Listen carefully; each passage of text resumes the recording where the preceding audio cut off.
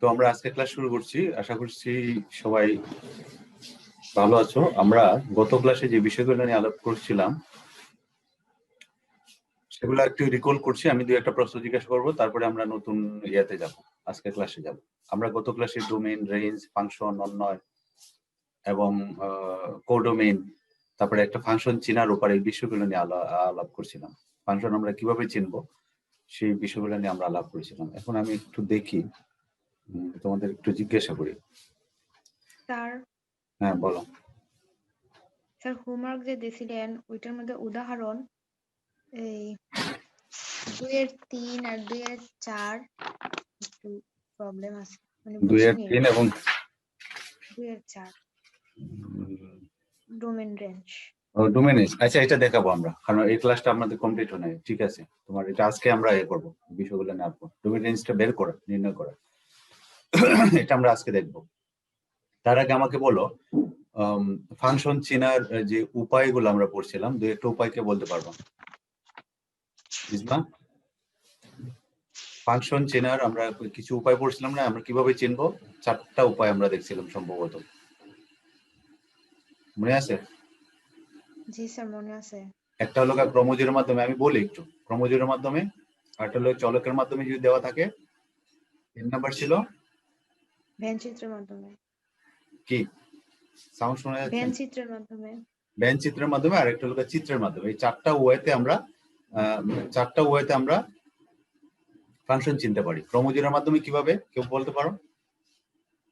একটা প্রথম ফাংশন যদি উপাদান ক্রমজোরের মাধ্যমে দেওয়া থাকে তাহলে আমরা কিভাবে চিনবো এটা ফাংশন কিনা? স্যার প্রথম উপাদানগুলো ভিন্ন ভিন্ন হবে।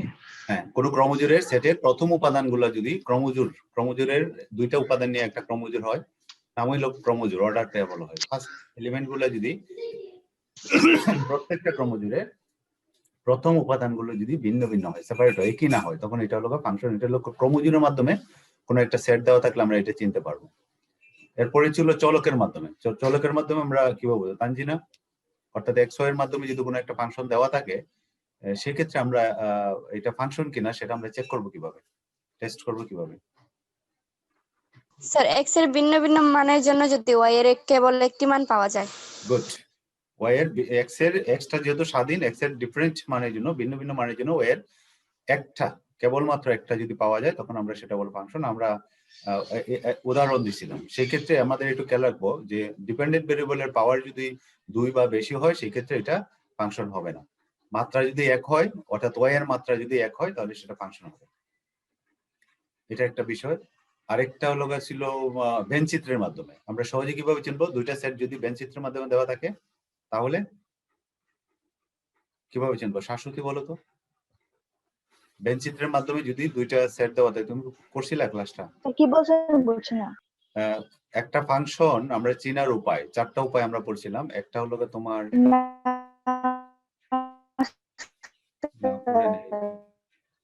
আরেকজন বলো, ও মনে হয় ক্লাসটা করে নাই গেলে। তামান্না বলো। আমি আজকে প্রথম ম্যাথ করতে। 2টা সেটের মাঝে যদি তোমার ওই 2টা সেটে যদি সম্পর্ক দেওয়া থাকে তাহলে সম্পর্ক দেখে আমরা কিভাবে বুঝবো এটা ফাংশন কি ফাংশন না? প্রথম সেটের উপাদানে একটি করে দাগ। রাইট। প্রথম যে সেটটা থাকবে সেটাতে প্রত্যেকটাতে কেবলমাত্র একটা করে যদি দাগ থাকে তখন সেটা হবে ফাংশন। আর কোনোটাতে যদি, অর্থাৎ ডোমেইনে যে সেটটা কি, প্রথম সেটটাকে তো আমরা ডোমেইন বলি, এটা যদি 2টা দাগ থাকে তাহলে সেটা ফাংশন হবে না। আর শেষ যেটা আমরা পড়ছিলাম এটা সৃষ্টি বলো। আমরা পড়ছিলাম মানে জাস্ট চিত্রটা দেওয়া আছে, কোনো কিছু না, ব্যান চিত্র না, জাস্ট ফাংশনের চিত্রটা দেওয়া আছে, এবং চিত্রটা দেখে আমরা কিভাবে চিনবো এটা ফাংশন কি ফাংশন না? সৃষ্টি স্যার ওয়াই অক্ষ বা ওয়াই অক্ষের সমান্তরাল এক্স অক্ষ যদি একই বিন্দুতে ছেদ করে। না, এক্স অক্ষ না, সমান্তরাল রেখাটা আমার প্রদত্ত চিত্রটাকে, ওয়াই অক্ষ অথবা ওয়াই অক্ষের সমান্তরাল। ওয়াই অক্ষ যদি সেট করে ওকে, আর যদি সেট না করে তাহলে তুমি দাগ দিতে পারো, অথবা কাল্পনিক দাগ দিতে পারো। ওয়াই অক্ষের সমান্তরাল দাগ দিতে হবে, দিয়ে ওই দাগটা যদি আমার প্রদত্ত যে চিত্রটা দেওয়া আছে সেই চিত্রটাকে কেবলমাত্র পরে কি, কেবলমাত্র একটা বিন্দুতে সেট করলে সেটা কি হবে? ফাংশন। আর একাধিক বিন্দুতে সেট করলে এটা ফাংশন হবে নয়। এই লোকা ফাংশনের আমরা এই জিনিসগুলো আমাদের মাথায় রাখতে হবে। ফাংশনে আমরা সংজ্ঞা ক্রমজোরের মাধ্যমে যেটা বললাম এটা বললাম, আর একটা এক্স এর মাধ্যমে আমরা দিলাম। এক্স এর মাধ্যমে আমরা বলছিলাম যদি এক্স ও ওয়াই এর মধ্যে এরূপ সম্পর্ক বিদ্যমান থাকে যেন প্রতিটি ভিন্ন এক্স এর জন্য ওয়াই এর কেবলমাত্র একটা মান পাওয়া যায় অথবা একটা ইউনিক বা অনন্য মান পাওয়া যায়, তখন সেই ক্ষেত্রে আমরা ওয়াইটাকে বলবো এক্স এর ফাংশন, নট এক্সটাকে। কারণ ওয়াইটাকে বলে আমরা ডিপেন্ডেন্ট ভেরিয়েবল আর এক্সটাকে বলে ইন্ডিপেন্ডেন্ট ভেরিয়েবল, এটা হলো প্রচলিত রীতি। এরপর আমরা পড়ছিলাম ডোমেন। কোনো একটা ফাংশনের ডোমেন বলতে কি বুঝবো আমরা? এক্স এর মানগুলো যত ওয়াই ইকুয়াল টু এফএক্স যদি একটা ফাংশন হয়, ধরো ওয়াই ইকুয়াল টু এফএক্স যদি একটা ফাংশন হয়, এটা যদি একটা ফাংশন হয়, সাধারণত এফএক্স জিএক্স এরকম ভাবে আমরা প্রকাশ করি। ওয়াই ইকুয়াল টু এফএক্স যদি একটা ফাংশন হয়, তাহলে এক্স এর মানগুলো নিয়ে যে সেটটা গঠন করা হয় সেটাকে বলা হয় ডোমেন। আর এক্স এর যে মানের জন্য ওয়াই এর নির্দিষ্ট মান পাওয়া যায়, ওয়াই এর মানগুলো নিয়ে গঠিত সেটটা, সেটাকে বলা হয় রেঞ্জ। আর একটা ফাংশন, সাধারণত ফাংশনটা কিভাবে সংজ্ঞায়িত করি? এ টু বি। খেয়াল করো, একটা ফাংশনকে আমরা প্রকাশ করি এইভাবে। আমরা যখন প্রশ্নটা থাকবে লাগবে F is a function from, এটা পড়া হয় এইভাবে, দেখো F is a function from A to B such that অথবা defined by Y equal to f x. তাহলে ওয়াই টু এফএক্স না দিয়ে অন্যভাবে দিতে পারবো, মনে করো এক্স স্কয়ার মাইনাস 3 এটা দেওয়া হলো, অথবা 2x প্লাস 3 এরকম দেওয়া হলো। তো এটা একটা ফাংশন, এটা হলো এফএক্স। তাহলে আমরা এটার মানে হলো এটাকে আমরা পড়বো এইভাবে যে F is a function from A to B such that y equal to fx minus 3। ঠিক আছে? তো এটা যখন ফাংশনটা ডিফাইন করে থাকবে, এটা একটা ফাংশন ডিফাইন করা আছে, এটার অর্থ হলো ফাংশনটা এ থেকে বি তে, তার মানে এ একটা সেট বি একটা সেট। এ সেটটাকে বলবো আমরা, প্রথম যে সেটটা এটাকে বলবো কি? ডোমেন। Domain sir. ডোমেন। আর দ্বিতীয় সেটটাকে বলবো কোডোমেন স্যার। কোডোমেন। তো অনেক সময় তোমরা বেশিরভাগ ক্ষেত্রে দেখবা এখানে তো আর থেকে আর এ বা আর থেকে আর প্লাস এরকম দেওয়া আছে, আর থেকে আর অথবা আর থেকে আর প্লাস এ অথবা আর প্লাস থেকে আর এ অথবা নির্দিষ্ট একটা সেট থেকে আর এ দেওয়া আছে বাস্তব সংখ্যা। আর মানে কেন হলো রিয়েল নাম্বার, আর হলো বাস্তব সংখ্যা, এটাকে ডাবল দাগ দেওয়া হয়, এভাবে দিয়ে এভাবে লেখা হয়। এটা মানে হলো set of real number, set of real number. অর্থাৎ বাস্তব সংখ্যার সেটটাকে আমরা আর দিয়ে প্রকাশ করি, স্বাভাবিক সংখ্যার যে সেট এটাকে আমরা এন দিয়ে প্রকাশ করি। এটা হলো বাস্তব সংখ্যার সেট, আর এন দিয়ে বলি আমরা ন্যাচারাল নাম্বার। ন্যাচারাল নাম্বার এই দুইটা দাগ দেওয়া এই জন্য যে এটা একটা বিশেষ সেট বোঝায়। এন দিলে তো স্বাভাবিক এন বোঝাইতো, এন মানে হলো এন আর অ্যালফাবেট এন। আর যখন আমরা এটা ডাবল দাগ দেবো এখানে যখন দুইটা দাগ দেবো, তাহলে এটাতে বোঝাবে যে এটা একটা সেট, এবং এইটা হলো এন যদি থাকে তখন এটাকে বলি আমরা সেট অফ ন্যাচারাল নাম্বার, স্বাভাবিক সংখ্যার সেট। আর থাকলে এটাকে বলি আমরা set of real number, real নাম্বারের সেট। অনেক সময় এরকম থাকবে প্রশ্নতে, আমরা যখন আলাপ করবো এরকম থাকবে। তো প্রথম সেটটাকে আমরা বলি ডোমেন, আর দ্বিতীয় সেটটাকে বলি হলো কোডোমেন। আর রেঞ্জ হলো এই এর যে উপাদানগুলা এক্স এর সাথে সম্পর্কযুক্ত, অর্থাৎ এক্স এর যে ইমেজগুলা, এক্স এর কোনো বিভিন্ন মান বসে আমরা যে ইমেজগুলো পাবো, যেগুলোকে বলি আমরা প্রতিচ্ছবি, এই প্রতিচ্ছবিগুলো নিয়ে যে সেটটা হবে সেটাকে বলে রেঞ্জ। রেঞ্জ এবং কোডোমেন সবসময় সমান নাও হতে পারে, ঠিক আছে? দুইটা আলাদা জিনিস। দ্বিতীয় যে সেটটা সেটাকে, অর্থাৎ একটা ফাংশন যখন দুইটা সেটের মাঝে সম্পর্ক দেওয়া থাকে তখন প্রথম সেটটাকে বলি আমরা ডোমেন, পরেরটাকে বলি কোডোমেন। আর রেঞ্জ বলা হয় তোমার আমরা এক্স এর ইমেজ গুলো নিয়ে, অর্থাৎ একটা সেট এক্স এর মধ্যে সম্পর্ক থাকে তাহলে এক্স এর প্রত্যেকটা ডোমেনের প্রত্যেকটা উপাদানের যে ইমেজগুলো নিয়ে যে গঠিত সেটটা, সেটা হলো রেঞ্জ। ঠিক আছে? তো রেঞ্জ গুলা অনেক সময় কোডোমেনের রেঞ্জ গুলা আর কোডোমেন অনেক সময় সমান হয়ে যেতে পারে। তোমার ওই যে কোডোমেন এবং রেঞ্জ অনেক সময় সমান হয়ে যেতে পারে। যখন এই দুইটা সমান হয়ে যায় তখন এই ফাংশনটাকে আলাদা একটা নাম দেওয়া হয়, এটাকে বলি আমরা কি বলি? সার্বিক ফাংশন স্যার। সার্বিক ফাংশন বা অন টু ফাংশন। যখন তুমি এটাই সংজ্ঞায়িত করতে, সার্বিক ফাংশন সংজ্ঞা হলো যখন কোনো একটা ফাংশনের রেঞ্জ এবং কোডোমেন সমান হয় তখন ওই ফাংশনটাকে বলে সার্বিক ফাংশন। ওকে, এটা দিয়ে আমরা গাণিতিকভাবে টেস্ট করবো এটা ফাংশন কি সার্বিক ফাংশন কিনা সেটা চেক করবো আমরা এইভাবে। কোনো একটা ফাংশন রেঞ্জ বের করবো, কোডোমেন তো দেওয়াই থাকবে, আমরা যদি দেখি এটা দুইটা সমান তাহলে বলবো এরা সার্বিক, আদারের সার্বিক না। আরেকটা জিনিস পড়ছিলাম আমরা, এক ফাংশন, মানে প্রথম সেটের ভিন্ন ভিন্ন উপাদানের জন্য দ্বিতীয় সেটে যদি আমরা ভিন্ন ভিন্ন প্রতিচ্ছবি পাই, এটারও ভিন্ন এটারও ভিন্ন। ঠিক আছে? প্রত্যেকটার এ সেট থেকে বি সেটে যদি একটা ফাংশন সংখ্যা থাকে তাহলে প্রথম সেটের, অথবা তুমি এক্স এ বলতে পারো, এক্স এর ভিন্ন ভিন্ন মানের জন্য যদি ওয়াই এর আমরা ভিন্ন ভিন্ন মান পাই তাহলে আমরা সেটাকে বলবো এক ফাংশন, ওয়ান টু ফাংশন। এবং সেটা কিভাবে আমরা যাচাই করব সেটা তোমার মাধ্যমিকে পড়ে আসছো। আমরা বলছিলাম যে ডোমেন থেকে দুইটা উপাদান নেব, নিয়ে আমরা তাদের ইমেজগুলো সমান ধরে যদি দেখাতে পারি এই উপাদানগুলো দুইটা সমান, তখন সেই ক্ষেত্রে আমরা বলবো এটা এক ফাংশন। পড়ছি না এটা? যদি x1 আর x2 দুইটা এলিমেন্ট নেই তাহলে fx1 আর fx2 এটা বের করবো, বের করে সমান ধরে আমরা যদি দেখাতে পারি x1 আর x2 সমান তাহলে বলবো এরা এক ফাংশন। তাহলে মোটামুটি এতটুকু পড়ছে। আরেকটা জিনিস পড়ছিলাম আমরা, বিপরীত ফাংশন। তো বিপরীত ফাংশনের অস্তিত্ব কখন থাকবে এটা একটু মাথায় রাখবা। আমি মোটামুটি সামারাইজেশন গত ক্লাসটা আমরা করতেছি। বিপরীত ফাংশন হলো কোনো একটা ফাংশনের বিপরীত ফাংশন থাকতে পারে, নাও থাকতে পারে। থাকবে কখন? এর শর্ত হলো যদি ফাংশনটা একক হয় এবং অনটু হয়, মানে সার্বিক হয়।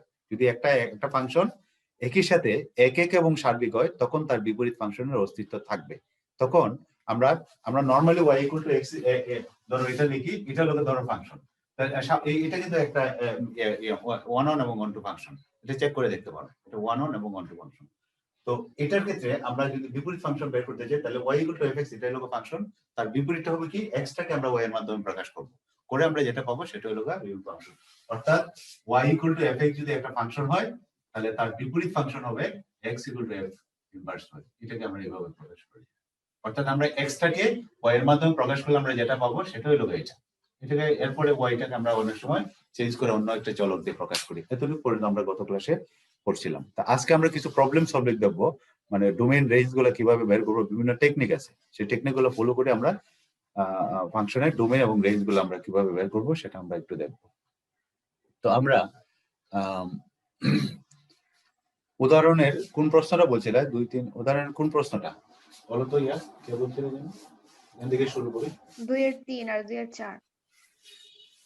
2-3 এবং 2-4। 2-3 হলো আচ্ছা আচ্ছা আচ্ছা, আগে 2-1 থেকে শুরু করি, সহজ থেকে দুটো করি। উদাহরণ দেব, 2-1টা দেওয়া আছে হলো y equal to x by, তোমাকে বলছে যে এই ফাংশনটা ডোমেইন এবং রেঞ্জ বের করো। দেখা যাচ্ছে কিনা? এই ফাংশনটা ডোমেইন এবং রেঞ্জ বের করো, ঠিক আছে? তো এটা দেখো, আমি জাস্ট সিম্পল একটা সহজ ভাষা আমরা এখানে ইউজ করব। এখানে y ইকুয়াল টু fx, মানে fx ইকুয়াল টু এটা বা y ইকুয়াল টু এটা সরাসরি। যদি অনেক সময় এখানে fx ও দেওয়া থাকতে পারে, y না দিয়ে এখানে fx দেওয়া থাকতে পারে। তাহলে যদি এখানে fx দেওয়া থাকে তাহলে আমরা ধরবো fx ইকুয়াল টু y, ধরো y সমান এটা। অর্থাৎ fx টা বারে বারে আমাদের ক্যালকুলেশনের ভিতরে আনতে একটু অসুবিধা, দুইটা জিনিস লিখতে হয়, ব্র্যাকেট তারপরে x। এই পরিবর্তে আমরা ধরে নিব y যদি fx থাকে। কোন কোন ক্ষেত্রে দেখবে fx থাকে, ও এটাতে আছে fx ছিল, আমরা এটাকে y ধরে নিই না। এখানে প্রশ্নতে fx ছিল, এটা ছিল, এখানে যে প্রশ্নটা দেওয়া আছে সেটা দেওয়া আছে। তাহলে আমরা এখানে ধরে নিব, ধরি fx ইকুয়াল টু y। এতে আমরা y সমান আমরা পাইলাম কি? x প্লাস 2, এটা আমরা পাইলাম। এখন আমরা এটা x এবং y এর মধ্যে সম্পর্ক, তো y টা x এর ফাংশন। এখন এখান থেকে আমরা ডোমেইন এবং রেঞ্জ বের করব। আমাদের প্রথমেই খেয়াল রাখতে হবে ডোমেইনটা কি। ডোমেইন হলো x এর মানগুলো নিয়ে যে সেটটা গঠন করা হবে, সেই সেটটাকে বলবো আমরা ডোমেইন। আর x এর মানের জন্য y এর যে মানগুলো আমরা পাবো সেটা হবে রেঞ্জ, ঠিক আছে? তো এখানে আমরা একটু খেয়াল করব, আমরা x এর মানগুলো আমরা চিন্তা করি, x এর মানটা বের করব। তাহলে এটা একটু ভগ্নাংশ আকারে আছে। যদি ভগ্নাংশ আকারে থাকে তাহলে তোমাকে অবশ্যই নিচে কি আছে সেটা একটু খেয়াল করতে হবে, লব এবং হর। কারণ আমরা জানি কোনো একটা ভগ্নাংশের নিচে যেটা থাকে, যেটাকে বলি আমরা হর, হর কখনো শূন্য হতে পারবে না। কোনো কারণে যদি শূন্য হয়ে যায় তাহলে এটা ভ্যালিড হবে না, অর্থাৎ এটার অস্তিত্ব নাই। অর্থাৎ নিচে যদি কোনো কারণে শূন্য হয়, এটাকে বলি আমরা আনডিফাইন্ড। তোমাকে এই নিশ্চয়তা দিতে হবে যে কোনো একটা ভগ্নাংশ আকারে থাকলে এটা অবশ্যই নন জিরো হতে হবে। যদি কোনো কারণে জিরো হয় তাহলে এটা আনডিফাইন্ড হয়ে যাবে। তাহলে আমরা এই নিশ্চয় দেবো, অর্থাৎ আমরা এটা, এই জিনিসটা আমরা এটাকে কিভাবে লিখবো? আমরা নির্ণয় করতেছি কি ডোমেইন নির্ণয়। আমরা ডোমেইনটা বের করতেছি, আমি দেখাচ্ছি ডোমেইন নির্ণয়। ডোমেইন নির্ণয় আমরা লিখেছি যে y equal to x by x plus 2, এটা বাস্তব সংখ্যা হবে। আরেকটা জিনিস একটু তোমরা করো, ডোমেইন এবং রেঞ্জ অলওয়েজ বাস্তব সংখ্যা অথবা বাস্তব সংখ্যার কোনো সাবসেট হবে, হয় বাস্তব সংখ্যা অথবা বাস্তব সংখ্যার কোনো সাবসেট হবে। তো আমরা এই জন্যই লিখছি y equal to x by x plus 2, এটা রিয়েল নাম্বার হবে। অর্থাৎ y এর মানটা, মানে পুরো জিনিসটা বাস্তব সংখ্যা হবে। কখন হবে? যদি এবং কেবল যদি। এটাকে আমরা এইভাবে লিখতে পারি, i ডাবল এফ মানে ইফ এন্ড অনলি ইফ। এটা হলো ম্যাথমেটিক্যাল একটা সিম্বল হিসেবে ব্যবহার করা হয়। তুমি যদি বাংলায় লিখো তাহলে লিখতে পারো যদি এবং কেবল যদি, আর তুমি এই সিম্বলটাও ব্যবহার করতে পারো। i ডাবল এফ মানে হলো i এফ এফ, এটার অর্থ হলো ইফ এন্ড অনলি ইফ। তার মানে এটা বাস্তব সংখ্যা হবে যদি এবং কেবল যদি তোমার ওই যে নিচে যেটা আছে এটা শূন্য হতে পারবে না। এটা যদি কোনো কারণে শূন্য হয়ে যায় তাহলে এটা বাস্তব সংখ্যা থাকবে না, এটা আনডিফাইন্ড একটা রাশি হয়ে যায়। তাহলে এই লাইনটা আমরা কিভাবে লিখছি এটা কি বুঝতে পারছি? y equal to x by x plus 2 belongs to R if and only if x plus 2 not equal to 0. কেন নট? কারণ এটা ভগ্নাংশের নিচে আছে। কারো এই জায়গাটাতে কোনো কোয়েশ্চেন আছে কিনা আমাকে বলো তো, বলো এটা বলো, কারো প্রশ্ন থাকলে বলো। এখানে আমরা যতটুকু করছি, আমরা একটা ফাংশনের ডোমেন ব্যবহার করছি। আসলে কথা আমরা ক্লিয়ার বুঝতে পারতেছি না? নেটে একটু প্রবলেম আছে, আমরা বুঝতে পারতেছি। আচ্ছা, অন্য কেউ বলো তো একটু। প্রবলেম স্যার কত পৃষ্ঠা? স্যার কত পৃষ্ঠা? এটা হলো তোমার এটা পেজ হলো 337, অধ্যায় 8, প্রথম পত্র, উচ্চতর গণিত, রূপবন্তী প্রকাশন। জি স্যার। তাহলে আমরা কি এটা বুঝছি সবাই, বাকিরা? জি স্যার বুঝছি। জি স্যার। তাহলে ভগ্নাংশ আকারে থাকলে আমরা গঠনটা হবে এরকম, y equal to ভগ্নাংশটা লিখবো belongs to R যদি এবং কেবল যদি নিচেরটা নন জিরো হয়। ঠিক আছে? তো নিচেরটা আমাদের উদ্দেশ্য কি? x টাকে ডিফাইন করা, অর্থাৎ x এর মানগুলো কেমন হবে এবং x এর মানগুলো নিয়ে যে সেটটা সেটাই হবে আমাদের ডোমেইন। তাহলে এই জন্য আমরা দেখো x এর উপরে শর্ত আরোপ হয়েছে। তাহলে এখানে এটার অর্থটা দাঁড়ায় কি? এটার অর্থ দাঁড়ায় যায় x equal to not -2। দেখো এটাকে আমরা যদি নিচে লাইনে নিয়ে আসি তাহলে আমরা লিখতে পারি x এর মান -2 হতে পারবে না। x এর মান যদি -2 হয় তাহলে এটার মান 0 হয়ে যাবে। তার মানে x এর মানটা -2 ছাড়া আর বাকি যে কোনো মানের জন্য এটা একটা ভগ্নাংশ থাকবে। ক্লিয়ার কিনা এটা? মানে y এর একটা মান পাবো আমরা। x এর মান যদি -2 হয় তখন y এর মানটা হয়ে যাবে আনডিফাইন্ড, আর x এর মান -2 ছাড়া অন্য যে কোনো মান হলে আমরা y এর একটা নির্দিষ্ট মান পাবো। তার মানে x এর মানটা আমাদের ডিফাইন করছি, x এর মানটা -2 ছাড়া যে কোনো কিছু হতে পারবে। ঠিক আছে? তাহলে আমরা তাহলে ডোমেইনটা কি হবে? তাহলে আমরা লিখতে পারি ডোম f, আমরা যেটাকে লিখি ডোম f সমান হবে অল রিয়েল নাম্বার। দেখো খেয়াল করো এটা আমরা কিভাবে প্রকাশ করি, যে সব বাস্তব সংখ্যা এক্সেপ্ট -2। এটাকে প্রকাশ করার জন্য এই -2টাকে আমরা একটা সেকেন্ড ব্র্যাকেট দিয়ে লিখি, অর্থাৎ সকল বাস্তব সংখ্যা হতে পারবে কিন্তু -2টা হতে পারবে না। তো এটাকে প্রকাশ করি আমরা অল রিয়েল নাম্বার -2। এটা বুঝতে কারো অসুবিধা আছে কিনা আমাকে বলো। না স্যার, না স্যার বুঝছি। ফাহমিদা? না স্যার। জি না স্যার। গুড। মাহিন? নাই? বুঝছি স্যার, কোনো সমস্যা নেই। আচ্ছা, তাহলে আমরা এটা নিশ্চিত যে ভগ্নাংশ আকারে কোনো ফাংশন দেওয়া থাকলে তার ডোমেইন নির্ণয় করতে পারবো। খালি এটা না, আমি একটা দিয়ে বইয়ের সবগুলো প্রবলেম তো এখন করতে পারবো যদি ভগ্নাংশ আকারে থাকে। ঠিক আছে? আর অন্য আকারে থাকলে কিভাবে করব সেটা আমরা দেখতেছি পরে।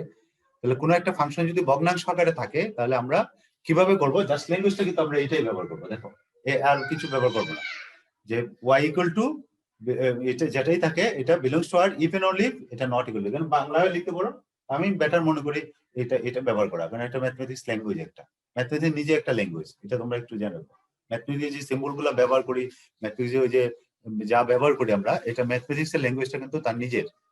এটা ম্যাথমেটিক্স আমরা বেশিরভাগ ক্ষেত্রে চেষ্টা করবো যে ম্যাথস ইউজ করে করতে, যেখানে আমরা ব্যাপার না সেক্ষেত্রে আমরা বাংলা বা অন্য কিছু সাহায্য নিই।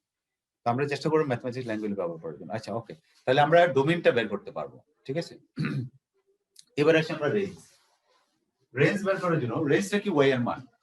রেঞ্জটা হলো y এর মান, x এর মানগুলো নিয়ে যে সেটটা সেটা হলো ডোমেইন, আর y এর মানগুলো নিয়ে যে সেটটা সেটা হলো রেঞ্জ। তাহলে আমরা এখান থেকে যদি x এর মানটাকে আমরা আবদ্ধ করলাম, অর্থাৎ x এর মানটাকে আমরা ফাইন্ড করলাম, ফাইন্ড করে আমরা দেখলাম x এর মানটা -2 হতে পারবে না, -2 ছাড়া সকল মান। এখন যদি আমরা রেঞ্জ নির্ণয় করি, আমি একটু নিচে যাচ্ছি, আমরা এখানে রেঞ্জ বের করি। ডোমেইন নির্ণয় দেখলাম, এখানে আমরা দেখলে রেঞ্জ নির্ণয়। রেঞ্জ নির্ণয় যদি করি তাহলে দেখো আমাদের মূল এটা দেওয়া ছিল y equal to x by x plus 2। তাহলে এটাকে আমরা যেটা করতে হবে, এটা y টা প্রকাশ করা আছে x এর মাধ্যমে, রেঞ্জটা বের করতে হলে আমরা x টাকে y এর মাধ্যমে নিতে হবে, অর্থাৎ এটাকে ক্যালকুলেশন করে এক পাশে শুধু x রাখতে হবে আর এক পাশে y রাখতে হবে। ঠিক আছে? তো এটা করার জন্য আমরা কেন আমরা বের করব হলো রেঞ্জ। তাহলে এটাকে আমরা আমি ডান পাশে একটু করি, তাহলে এখানে লিখতে পারছি আমরা xy plus y equal to x। এই x টা আমরা এই পাশে নেব, এটা ডান পাশে নেব। আমি এক লাইনে লেখার চেষ্টা করতে পারি, xy minus x equal to -y। তো এখান থেকে আমি আবার x কমন টানলাম, দেখা যাচ্ছে কিনা? এই দুইটা থেকে আমরা x কমন টানলাম, আমি নিচে নিচে না লিখে জায়গা 2y হবে স্যার, xy প্লাস 2y। ঠিক আছে, 2y আছে, হ্যাঁ, তাহলে এখানে হবে 2, এখানে হবে 2y, ঠিক আছে 2y, তাহলে এখানে হবে এটা, ঠিক আছে। তাহলে এখানে x সমান কি পাচ্ছি আমরা, x সমান পাচ্ছি হলো গা -2y বাই হলো গা y -1, ঠিক আছে। ধরো মোটামুটি ভুল না হয় এটাকে, তাহলে আমরা এটা পাইলাম, ঠিক আছে। এগুলো জাস্ট আমরা ডান বাম নিয়ে আমরা সমাধান যেভাবে করি এভাবে x এর মানটাকে আমরা y এর মাধ্যমে প্রকাশ করলাম। ক্লিয়ার কিনা এটা? জি স্যার। ওকে, তাহলে আমরা আমাদের উদ্দেশ্যটা কি ছিল, y টা ছিল x এর মাধ্যমে, আমরা কি করলাম x টাকে y এর মাধ্যমে প্রকাশ করলাম। এটা কিন্তু তোমার ওই যে বিপরীত ফাংশন নির্ণয় করতে লাগবে, এই x টাকে বলা হয় f ইনভার্স হয়। আচ্ছা, সেটা আসছে পরে আমরা। তাহলে আমরা এখন দেখব যে x এর মানটা বাস্তব হবে কখন। x এর মানটা বাস্তব হবে যদি কি হয়, এই ফাংশনটা ভ্যালিড হয়। আর এই ফাংশনটা ভ্যালিড হবে কখন, যদি এটার মানটা নন জিরো হয়। এটার মানটা নন জিরো মানে হলো y -1 এর মানটা 0 হতে পারবে না, তার মানে y এর মানটা 1 হতে পারবে না। তার মানে রেঞ্জটা হবে অল রিয়েল নাম্বার এক্সেপ্ট 1। এটা কি বুঝছো? ঠিক এইভাবে আমরা লিখবো, যে আমরা নিচে লিখবো যে x belongs to -2y by y -1 belongs to R if and only if, খেয়াল করো, if and only if hot term y -1 not equal to 0। উপরেরটা কি, এটা মাথা ঘামানোর দরকার নাই, আমাদের চিন্তা করতে হবে কি নিচেরটা কি আছে। নিচেরটা যদি 0 কোনো কারণে 0 হয়ে যায় তাহলে এটা হবে না। তাহলে নিচেরটা আছে তোমার y -1, এটা ঠিক আছে তো, এটা 0 হতে পারে না, এটা 0 হতে পারবে না, এমনকি y এর মানটা হতে পারবে না 1 হতে পারবে না। তার মানে y এর মান 1 ছাড়া যে কোনো সংখ্যা হতে পারবে, ফলে এটা ভ্যালিড একটা ভগ্নাংশ হবে। তার মানে x এর একটা আমরা নির্দিষ্ট মান পাবো। তার মানে y এর মান 1 ছাড়া যে কোনো সংখ্যা হতে পারবে। তার মানে আমার রেঞ্জটা কি হবে তাহলে, অল রিয়েল নাম্বার এক্সেপ্ট কি হবে, all real number except 1। Very good. তাহলে আমরা লিখবো রেঞ্জ f সমান অল রিয়েল নাম্বার মাইনাস, আমরা এটাকে যে 1টা আমরা বাদ দিব, এটা কিন্তু সেকেন্ড ব্র্যাকেট দিয়ে দিতে পারবো, কারণ এটা একটা ইন্ডিভিজুয়াল এলিমেন্ট। এই যে -2 লিখছি, যেটা এটা সেকেন্ড ব্র্যাকেট দিয়ে দিতে, 1 এটা সেকেন্ড ব্র্যাকেট দিয়ে দিতে হবে। যদি -1 হইতো তাহলে মাইনাস দিতাম, কারণ 1 শুধু 1। তাহলে আমরা ডোমেইন এবং রেঞ্জ আমরা বের করতে পারবো যদি ভগ্নাংশ আকারে দেওয়া থাকে। এটা কি বুঝতে পারছো এখন আমরা? কারো এখানে বুঝতে অসুবিধা আছে? নাই, কারো নাই নাকি? ক্লিয়ার? জি স্যার। আচ্ছা, তা আমরা এখন আরেকটা রুল দেখবো, আরেকটা নিয়ম দেখবো, যে আমরা সেটা যেমন দ্বিতীয়টা, তারপরে দ্বিতীয়টাতে আসতেছি। এটা হলো প্রথম নিয়মটা, অর্থাৎ ভগ্নাংশরে দেওয়া থাকলে আমরা কিভাবে ডোমেইন এবং রেঞ্জ নির্ণয় করবো। ভগ্নাংশরে না দিয়া তোমার সিম্পলি বর্গমূল দিয়ে দিতে পারে, তারপরে ওই যে বর্গমূলের ভিতরে আরো অনেক কিছু আছে ওইরকম দিতে পারে। আমরা একটা করে দিচ্ছি। ডোমেইন রেঞ্জ থেকে কিন্তু কোয়েশ্চেন থাকে, প্রায় এই কোয়েশ্চেন থাকে, তোমার ক্রিয়েটিভ কোয়েশ্চেন তো থাকেই, আবার তোমার ওই যে ভর্তি পরীক্ষায় থাকে, অন্যান্য এত এখান থেকে ডোমেইন থেকে। আশা করি আগের ক্লাসটা যদি ভালো করে বুঝে থাকো আর এখন কন্টিনিউ ক্লাসগুলো করো, তাহলে এখান থেকে যে কোনো প্রশ্ন আসলে আমরা আনসার করতে পারবো। আচ্ছা, এখন আমরা দেখতেছি, ধরো 2 না করে আমি 3-এ চলে যাচ্ছি। 3টা আর 2টা প্রায় কাছাকাছি আমাদের দেওয়া আছে। ধরো f(x) দেওয়া আছে 9 - x²। তো ওখানে রোড দিয়ে একটা দেওয়া আছে, ওই যে x - 3 দেখা যাচ্ছে না মনে হয়। ঠিক আছে, f(x) দেওয়া আছে 9 - x²। f(x) দেওয়া আছে 9 - x²। ঠিক আছে, দেখা যাচ্ছে।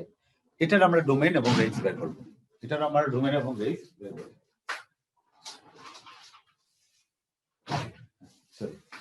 তাহলে f(x) 9 - x²। তোমার এটা বিভিন্ন ভাবে দিতে পারে, 9 - x² না দিয়ে 16 - x², 4 - x², এরকম ভাবে দিতে পারে। ঠিক আছে, যেভাবে দেখবেন কোনো প্রসিডিউরটা একই। ঠিক আছে, তো এখন বর্গমূল আছে, বর্গমূলের ভিতরে একটা রাশি দেওয়া আছে। এখান থেকে আমরা ডোমেইন বলি, তাহলে আমরা f(x) টাকে y ধরে নিই। আমরা এটার উপরে লিখলাম যে y = root over 9 minus x square. আমরা লিখলাম f(x = y) ধরে। এটা তো আমরা জানি, এটা ধরে আমরা এটা পাইলাম। ওকে, এখন আমরা আমাদের উদ্দেশ্য কি, আমরা এটা ডোমেন বের করা। ডোমেনটা কি, x এর মানটা বের করা। তাহলে আমরা x এর উপরে এটা নিয়ে আসতে হবে। তাহলে আমরা আগের মতো লিখবো y = এটা বাস্তব সংখ্যা হবে কোন শর্তে। তো বর্গমূলের ভিতরে তোমরা জটিল সংখ্যার সাথে এখনো পরিচয় হওয়া নাই, যেহেতু আমরা সেকেন্ড পার্ট পড়ি না এখনো। কোন একটা বর্গমূলের ভিতরে যদি নেগেটিভ সংখ্যা থাকে, একটু খেয়াল করো। ধরো এখানে -1 আছে, তাহলে ধরো আমি x = -1 এ লিখলাম, বা p = y = ধরো এরকম একটা সম্পর্ক আছে। তাহলে একটু খেয়াল করো, এখানে যদি আমি বর্গ করি তাহলে x² = কি হবে, -1। তাহলে তুমি একটু চিন্তা করো, x = যদি রুট ওভারের ভিতরে মাইনাস থাকে, তাহলে x² = এটা 1 থাকলে 1, 2 থাকলে 2। তাহলে এটা একটা সম্পর্ক তৈরি হয়েছে, কিন্তু এই সম্পর্কটা বাস্তব সম্পর্ক না। কেন? কারণ x এর এমন কোনো মান পাওয়া যাবে না যার বর্গ করলে -1 হবে। খেয়াল করে দেখো, তুমি x এর যে কোনো মান চিন্তা করো, এটাকে যদি আমরা বর্গ করি তাহলে এটা কখনো পজিটিভ নেগেটিভ হবে না। কোনো বাস্তব সংখ্যার বর্গ কখনো নেগেটিভ হবে না। তুমি -1 ধরো, এর বর্গ করলে +1, +1 ধরো, তার বর্গ করলে +1, যাই করো নেগেটিভ আসবে না। কিন্তু এটা একটা সম্পর্ক, এটা একটা অস্তিত্ব। এই যে এটা কিন্তু আমাদের বাস্তব সংখ্যায় না। অর্থাৎ বর্গমূলের ভিতরে যদি নেগেটিভ সংখ্যা থাকে, তখন সেটা বাস্তব সংখ্যা হয় না। এই কথাটা জাস্ট আপাতত জেনে রাখো, ঠিক আছে? বর্গমূলের ভিতরে নেগেটিভ থাকলে এটা বাস্তব সংখ্যা হবে না। ক্লিয়ার? মনে থাকবে? জি স্যার। স্যার আরেকটাবার বলেন স্যার। হ্যাঁ, বর্গমূলের ভিতরে যদি নেগেটিভ থাকে, মাইনাস চিহ্ন থাকে, তখন সেটা বাস্তব সংখ্যা না। কেন না? এই যে আমি একটু দেখালাম, ধরো এখানে আছে -1 অথবা 2, যেটাই ধরো 4, যাই কিছু ধরো, তুমি ধরো 4ই ধরো। তাহলে এটা কি হবে, এটা হলো তোমার, এটাকে যদি বর্গ করি তাহলে আমরা এটা পাবো।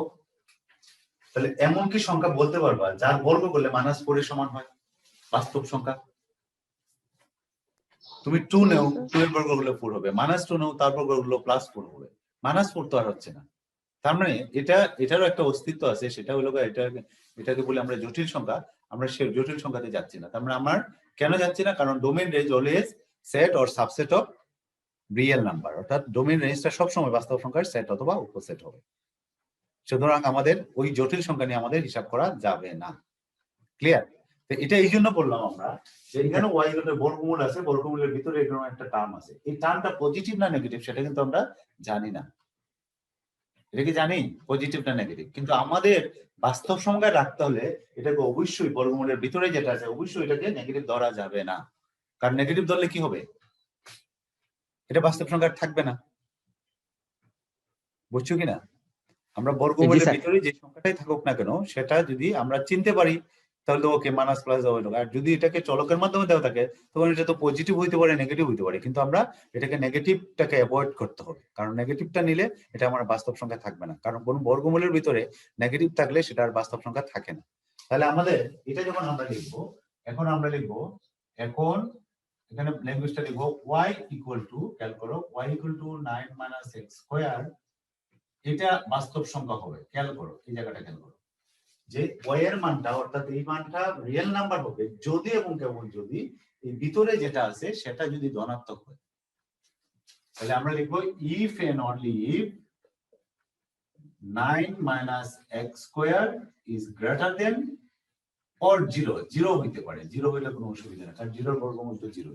তাহলে এখানে আমরা ল্যাঙ্গুয়েজটা কি লিখবো, যে y = এটা রিয়েল নাম্বার হবে যদি এবং কেবল যদি তার ভিতরে যে অংশটা সেটা অবশ্যই 0 অথবা 0 এর চেয়ে বড় হতে হবে। এই জায়গাটা আমরা বুঝছি কিনা সবাই? বর্গমূল আকারে যদি থাকে তাহলে আমরা এটাকে অবশ্যই ধনাত্মক সংখ্যা ধরবো, ধনাত্মক অথবা 0 আর কি ধরবো। ঠিক আছে? এটা কারো প্রশ্ন আছে এখানে?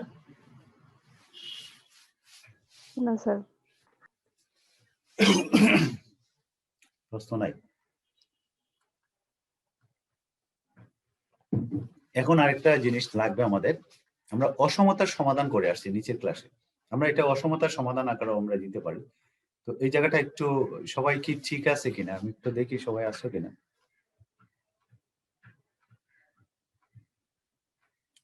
সবাই আসছে কিনা? এখানে আমরা একটা প্রক্রিয়া অনুসরণ করব যেটা কাজে লাগবে। তোমরা অসমতার সমাধান করতে গিয়ে তোমরা একটা চক ইউজ করছো, মনে আছে কিনা 9-10 উচ্চতর গণিত অথবা এতে অসমতার সমাধান করতে গিয়ে একটা চক নিছো, চক নিয়ে তারপরে ওই যে দুইটা গুণফলের যখন চিহ্ন থাকবে, ধরো এরকম যখন করছো তোমরা, ধরো x-2 তারপরে আছে x+3, এটা সমাধান করো, এরকম করছো না, লেস দেন গ্রেটার দেন, এটা কি করছো?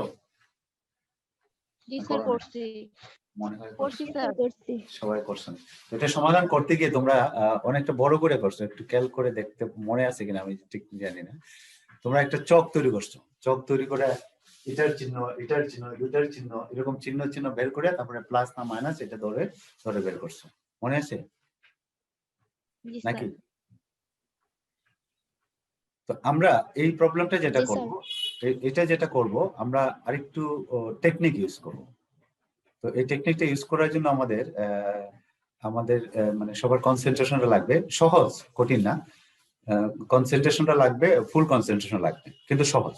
আমি এখন করতেছি, যেহেতু আমরা 1 মিনিটে কম আছে, আমার ডিসকানেক্ট হয়ে যাবে, তোমরা আবার কানেক্টেড হয়ে যাও, তাহলে আমি এই জিনিসটা আলাপ করবো, নতুন করে কানেক্ট হয়ে যাও। আমরা যে প্রবলেমটা দেখতে পাচ্ছি সেটা আমরা সমাধান করব। তো এখানে আমরা বলছি যে y ইকুয়াল টু, যেহেতু রুট আছে, √9 x স্কয়ার, এটা বাস্তব সংখ্যা হবে বিলংস টু r, যদি এবং কেবল যদি এই যে বর্গমূলের ভিতরে যেটা আছে সেটা অবশ্যই greater than or equal to 0 হতে হবে, greater than or equal to 0 হতে হবে। এবং এটাকে এই অংশটাকে সমাধান করে আমরা x এর মানগুলো বের করব, x এর মানটা কেমন হবে, কোন রেঞ্জের হবে সেটা বের করব। তো এটা সমাধান করার আমরা দুই ভাবে আগাতে পারি, দুই ভাগে আবার আগাতে পারি। একটা টেকনিক দেখো, আমরা এটাকে মাইনাস দা গুণ করে দিই, মাইনাস দা গুণ করলে কি হবে, x স্কয়ার মাইনাস 9, আর কোন একটা ইয়াকে মাইনাস দা গুণ করলে চিহ্নের পরিবর্তন হবে। এটাকে আমরা লিখতে পারি এইভাবে, এটা লিখতে পারি কিনা? জি স্যার। অথবা সাইডটা যদি আমরা চেঞ্জ করে নেই, যে 9 ওইদিকে যাবে x স্কয়ার, তারপরে x স্কয়ারটা এদিকে আসলাম আর 9টা যাবে ওইদিকে, যেভাবে করি আমাদের এটা আসবে, এটা আসবে না? আমরা কোনো একটা অসমতাকে মাইনাস দিয়ে গুণ করলে কি হয়, অসমতার চিহ্ন পরিবর্তন হয়। এটাকে মাইনাস দিয়ে গুণ করলে প্লাস x স্কয়ার, এটা মাইনাস 9 আর এটার চিহ্নটা চেঞ্জ হচ্ছে। এখন এটাকে দেখো, এটাকে আমরা x+3 x - 3 লেস দেন 0 এভাবে লিখতে পারি। তো এটার গুণফল হিসাবে লেখা যায় a + b a - b। G sir. এখন স্যার। এই জায়গাটাতে আমাদের একটু থিঙ্ক করতে হবে, এই জায়গাটাতে আমাদের একটু চিন্তা করতে হবে।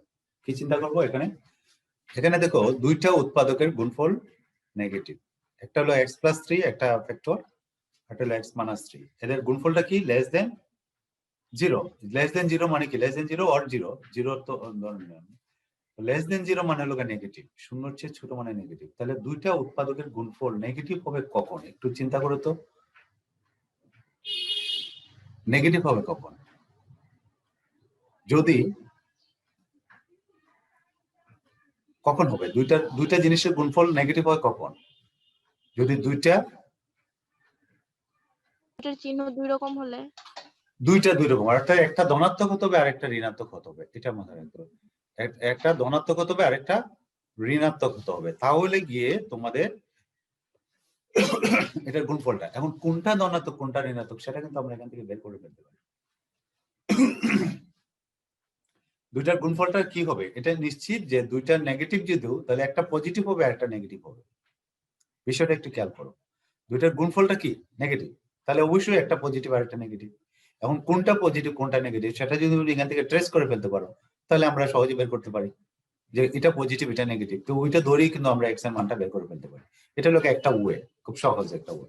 তাহলে এখন ওয়েটা দেখো, একটু খেয়াল করো, এখানে দুইটা উৎপাদকের মাঝে বড় কোনটা ছোট কোনটা, একটু চিন্তা করো তো, কোনটা বড় কোনটা ছোট?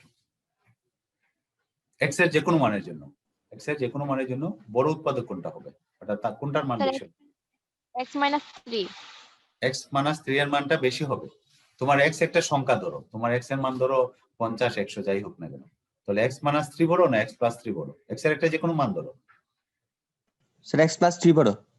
x+3 বড় হবে। স্বাভাবিকভাবে এক্স এর যে কোনো মানের জন্য এক্স এর যে কোনো মান বসাও এক্স প্লাস 3টা বড়, তাহলে এটা বড় আর এটা ছোট। আমরা যদি দুইটা যেহেতু দুই চিহ্ন হবে, একটু খেয়াল করো, দুইটা যেহেতু দুই চিহ্ন হবে, তাহলে বড়টা যদি ধনাত্মক হয় ছোটটা যদি ঋণাত্মক হয় সেই ক্ষেত্রে কিন্তু এটা সম্ভব। আর ছোটটা যদি ঋণাত্মক হয়, ছোটটাই যদি ছোটটা ঋণাত্মক না ছোটটাই যদি ধনাত্মক হয় তাহলে বড়টা আরো ধনাত্মক হবে। তাহলে আমরা এই শর্তটা নিতে পারবো না। আমরা দুইটা উৎপাদকের গুণফল যদি নেগেটিভ হয় তাহলে আমাদের এখানে বড়টা পজিটিভ হবে এবং ছোটটা নেগেটিভ হবে, এটাই ধর্তব্য। এছাড়া অন্য কোনোটা ধরলে হবে না। খেয়াল করে দেখো, দুইটার গুণফল যদি নেগেটিভ হয় তাহলে যে বড় সে পজিটিভ হবে আর যে ছোট সে নেগেটিভ হবে। আদারওয়াইজ কি অপশন আছে কোনোটা? না স্যার। এটা এই কথাটা কি বুঝতে পারছো কিনা সবাই? দুইটার গুণফল যখন নেগেটিভ হবে তাহলে অবশ্যই বড়টা ধনাত্মক এবং ছোটটা ঋণাত্মক হবে। ঠিক আছে, বড়টা ধনাত্মক আর ছোটটা ঋণাত্মক হবে। তাহলে এখন আমরা এটার থেকে আমরা লিখবো যে এটার থেকে আমরা লিখবো বড়টা কি লিখবো আমরা তাহলে? বড়টা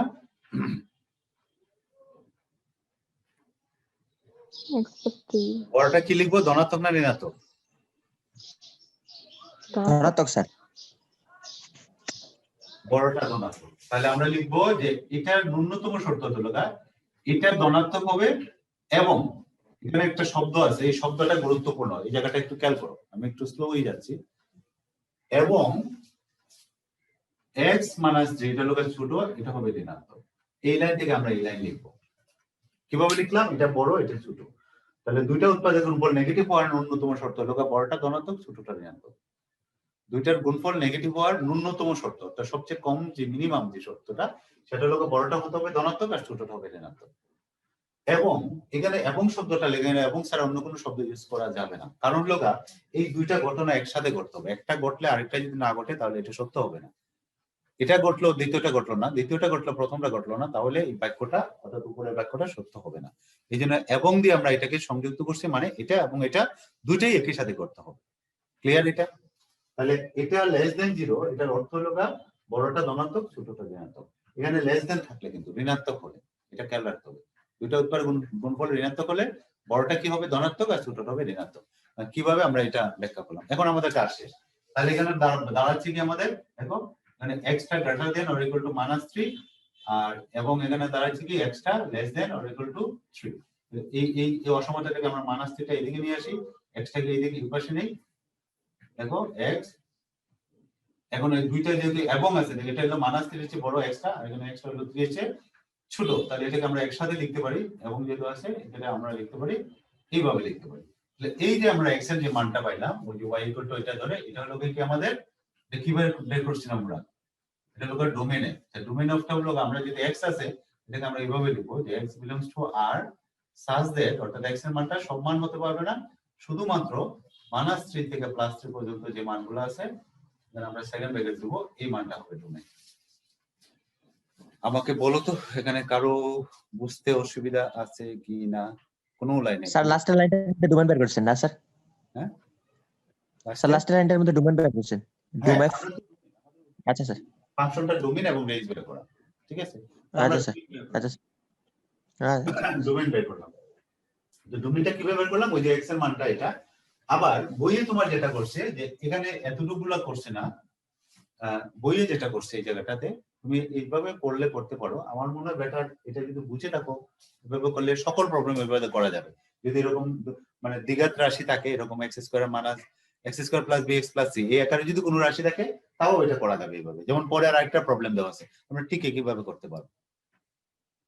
অর্থাৎ দুইটার গুণফল আকারে যদি কোনো রাশি থাকে তাহলে আমরা এই ফর্মটা ইউজ করে, মানে এই ফর্মুলাটা বা এই টেকনিকটা ইউজ করে আমরা যে কোনো এরকম গুণফল আকারে থাকলে সেটার ডোমেন এবং ডোমেন বের করতে পারবো। এটা লাস্টে আমরা কি লিখছি, ডোমেন f সমান হলো x বিলংস টু r, অর্থাৎ এমন সব বাস্তব সংখ্যা, বাস্তব হলে কি রকম যে -3 থেকে +3 ভিতরেই যদি হয় তাহলে সেটা হবে ডোমেন। তার মানে এই ফাংশনটার ডোমেন কিন্তু সকল বাস্তব সংখ্যা না, শুধুমাত্র কি -3 এরপর থেকে +3 পর্যন্ত এর ভিতরে যত বাস্তব সংখ্যা আছে এই বাস্তব সংখ্যা হলো এটা ডোমেন। ঠিক আছে?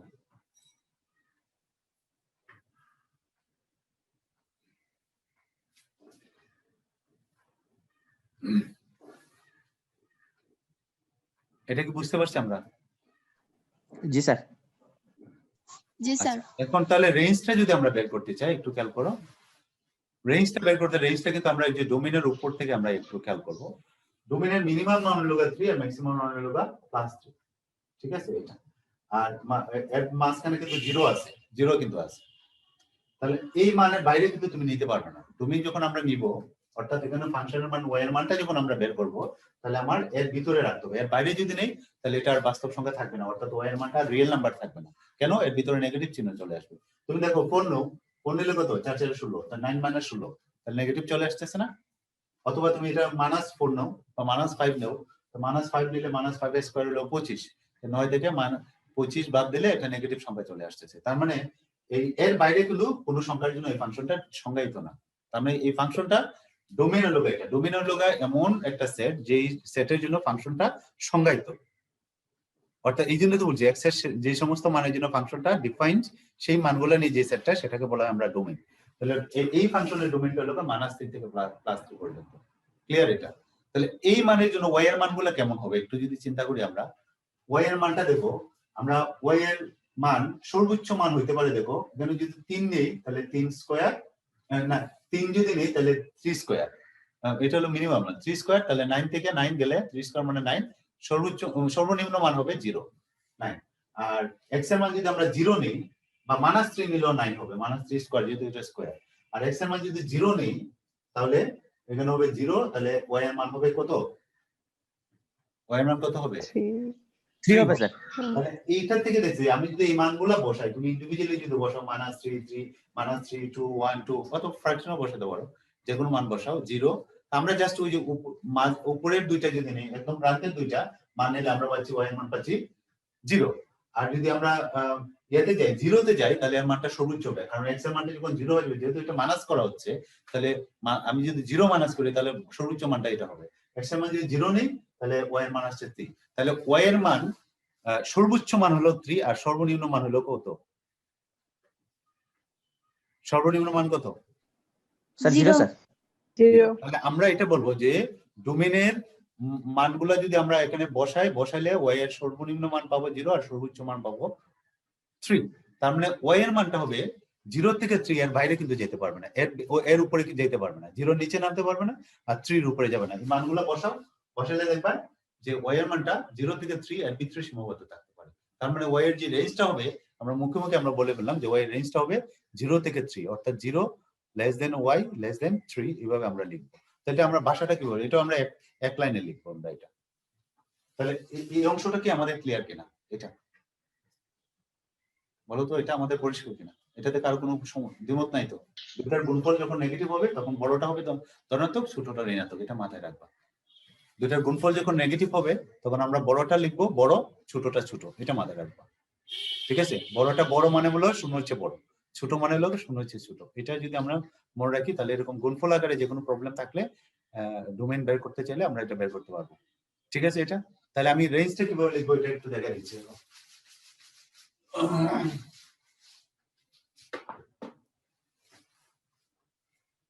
তাহলে আমরা লিখবো এটা যে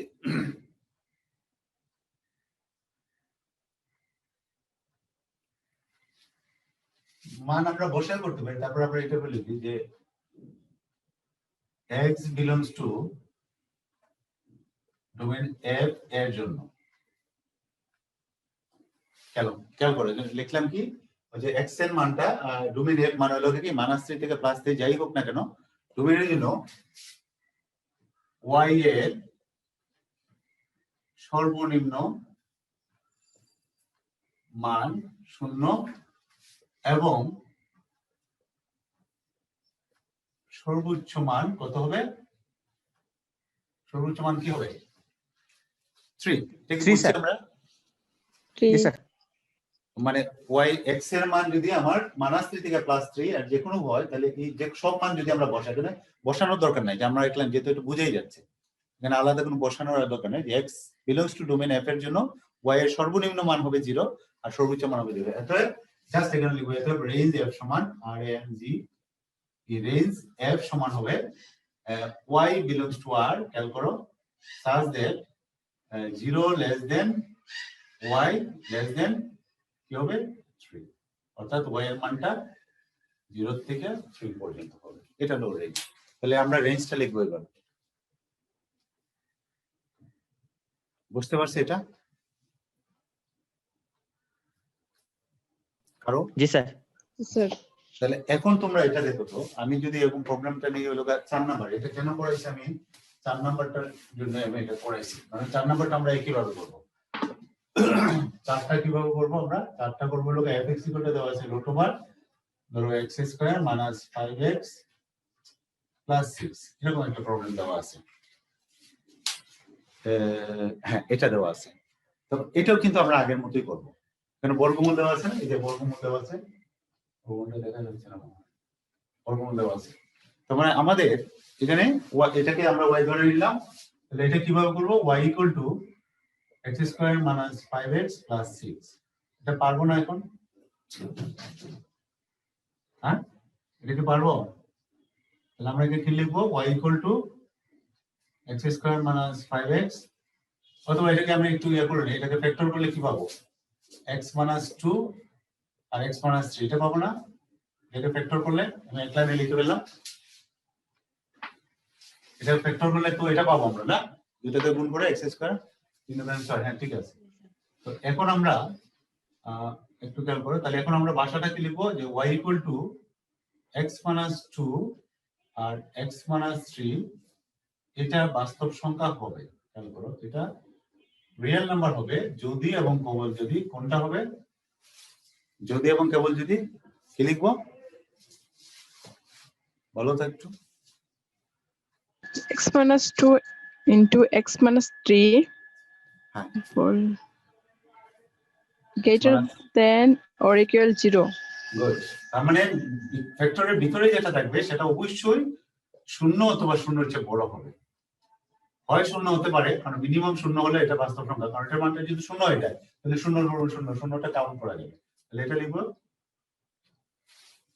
বুঝছি যে আগের শর্ত অনুসারে যে এটা বাস্তব সংখ্যা হবে যদি বর্গমূলের ভিতরে এটা অঋণাত্মক হয়। এই যে শূন্য সমান অথবা শূন্যের চেয়ে বড়, এটাকে একসাথে আমরা বলি অঋণাত্মক, নন নেগেটিভ। ধনাত্মক মানে শূন্যের চেয়ে বড়। এখন এটাকে আগের মতো করে আমরা সমাধান করব, যে দুইটা উৎপাদকের গুণফল ধনাত্মক। ও, আগেরটা ছিল তো ঋণাত্মক, এইবার আসে ধনাত্মক। হ্যাঁ, এখানে একটু প্রবলেম আছে। আগেরটা ছিল ঋণাত্মক না? ঋণাত্মক যদি হয় দুইটা উৎপাদকের গুণফল, তাহলে আমাদের শর্তটা ছিল বড়টা হবে ধনাত্মক আর ছোটটা হবে ঋণাত্মক। ক্লিয়ার? আগে ছিল আমাদের ঋণাত্মক, সম্পর্কটা ছিল কি ঋণাত্মক, আর এখানে কি আছে? ধনাত্মক স্যার। ধনাত্মক না? তাহলে এখানে ক্ষেত্রে কিন্তু একটু ফর্মুলাটা একটু চেঞ্জ করতে হবে, আগের এটা ব্যবহার করলে হবে না। কারণ দুইটা উৎপাদকের গুণফল যদি ঋণাত্মক হয় তাহলে আমরা বলছি যে প্রথমটা ধনাত্মক, বড়টা ধনাত্মক, ছোটটা ঋণাত্মক। আর যদি ধনাত্মক হয় তাহলে আগে একটু চিন্তা করি, আমরা সবাই কি আছি? আমরা কানেক্টেড আছি? কমতেছি দেখি। জি স্যার। কয়েকজন নাই। রাইদা আসছো? স্যার তোকে নাই স্যার, তোকে নাই স্যার আজকে। তোর কি কেন? আজকে ক্লাসটা তো গুরুত্বপূর্ণ। রাইদা? জি স্যার। জয়িতাও নাই। বুঝতেছো, এটা নতুন টপিকস, আমরা গত ক্লাসটা রিপিট করছি একটু, আর নতুন জিনিসগুলো আলাপ করতেছি। বোঝা যাচ্ছে কিনা? জি স্যার। আচ্ছা, আমরা কাজ দেবো, কিন্তু এটার উপরে কাজ দেবো, ডোমেইন রেঞ্জিং উপরে। এগুলো পরীক্ষাতে থাকে, যে সব ইয়াতেই থাকে, টাচ করে এখান থেকে কোয়েশ্চন থাকে অষ্টম অধ্যায় থেকে। আচ্ছা, গুড। এখন আমরা এই জিনিসটা করার জন্য আমরা আবার একটু কনসেন্ট্রেশন দিই। আমরা মনোযোগ না দিলে এটা রিসিভ করতে একটু ব্রেনটা একটু ডিস্টার্ব করবে, কিন্তু সহজ বিষয়টা, কঠিন না। আগের মতো দেখো, আগে বলছিলাম ঋণাত্মক হলে বড়টা ধনাত্মক হবে, ছোটটা ঋণাত্মক হবে। এটা মাথায় রাখলাম। যদি ঋণাত্মক হয়, দুইটা উৎপাদকের, চাইলে তোমরা এটা একটু লিখে রেখে দিও, যে দুইটা উৎপাদকের গুণফল ঋণাত্মক হওয়ার ন্যূনতম শর্ত হলো বড়টি ধনাত্মক, ছোটটি ঋণাত্মক। এই কথাটা তোমরা লিখে, কোনো কারণে যদি মিসিং হয়, ভুলে যাও, ব্রেন যদি ডিস্টার্ব করে, তখন এই কথাটা দেখলে মনে পড়বে। কি লিখবা? দুটি উৎপাদকের গুণফল ঋণাত্মক হওয়ার ন্যূনতম শর্ত। দুটি উৎপাদকের গুণফল ঋণাত্মক হওয়ার ন্যূনতম শর্ত বড়টি, মানে বড় উৎপাদকটি ধনাত্মক এবং ছোট উৎপাদকটি ঋণাত্মক। এটা হলো আগের যে আমরা এটা করলাম।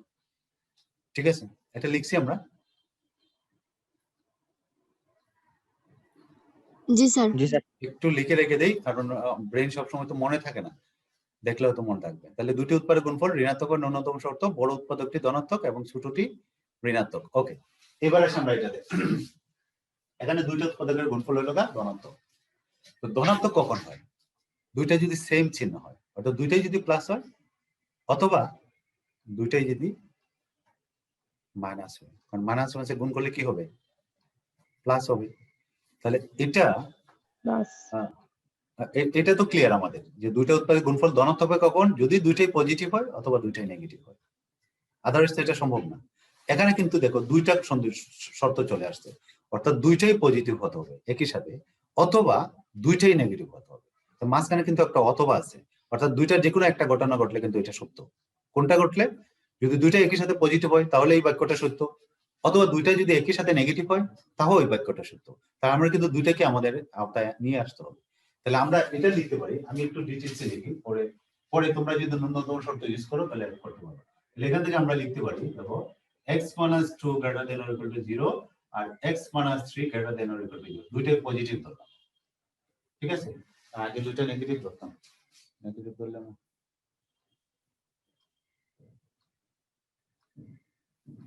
আমরা নেগেটিভটা ওই একটা লাইন কমানোর জন্য আমরা নেগেটিভটা আগে ধরি, তাহলে সুবিধা হবে। দুইটা নেগেটিভ ধরলাম, তাহলে x - 2 নেগেটিভ আর x - 3 এটাও নেগেটিভ। অথবা এখানে লিখলাম যে অথবা x - 2 ধনাত্মক পজিটিভ আর x - 3 এটা।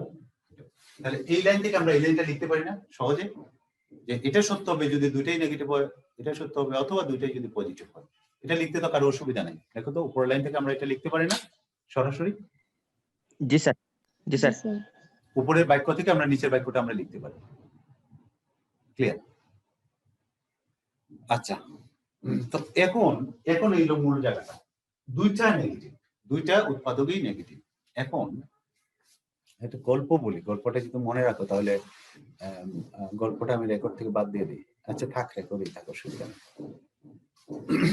গল্পটা হলো এরকম, ওই যে আমাদের দেশে যে আম বিক্রি হয়, আমের সিজন তো আসে না, সামারে আম আসে। তো চাঁপাইনবাবগঞ্জ, রাজশাহীর দিকে প্রচুর আম গাছ আছে, এক একটা বাগানে শত শত আম গাছ থাকে। তো এই আম গাছগুলা বাগানের যে মালিক, এটা কয়েক স্তরে বিক্রি হয়। প্রথমে মালিকের কাছে একজন কিনে এটারে ইয়া করে যত্নাতি করে, বকুল যখন আসে, মূল যখন ফুল যখন আসে তখন এটা একবার বিক্রি হয়, দুইবার তিনবার স্টেপে বিক্রি হয়। তারপরে যখন আমটা আসে বা একটু পরিপক্ক হয়, তখন লাস্টে যখন বিক্রি হয় তখন ধরো ওই যারা বাজার জাতে পারদর্শী তাদের কাছে বিক্রি করে। আমটা মোটামুটি 15 দিন আগে বা মাসেক আগে এটা একটা আবার বিক্রি হয়। তখন লাস্টে যখন যে কিনতে চায়, যে কিনা মানে জাস্ট মার্কেটিং এর আগে, তখন সে গাছগুলা দেখে যে কতটা গাছ আছে, গাছটা দেখে অনুমান করতে পারে যে এখানে কতগুলো আম হতে পারে। তাদের অনুমান অ্যাজাম্পশন তো ভালো, মানে দেখেও যেহেতু অভিজ্ঞতা, দেখে বুঝতে পারে। তো সে কি করে, ধরো একটা গাছে সে অনুমান করলো যে এটাতে 500 আম হতে পারে, তখন কি করে সবচেয়ে ছোট আমরা গাছের পারে, সবচেয়ে ছোট গাছের যে আমগুলো আছে সবচেয়ে ছোটটা পারে এটা ওজন করে দেখলো এটার ওজন হলো ধরো হাফ কেজি অথবা 300 গ্রাম একটা ওজন হলো। তখন সে এটা ধরে নেয় যে সবচেয়ে ছোট আমটাই যদি 500 গ্রাম হয়, যদি হাফ কেজি হয়, তাহলে বাকি সব আম 500 গ্রামের চেয়ে বেশি হবে। সবচেয়ে ছোটটা যদি তোমার 500 গ্রাম হয়, তাহলে বাকি আমগুলো নিশ্চিত 500 গ্রামের চেয়ে বেশি হবে। এটা ক্লিয়ার কিনা?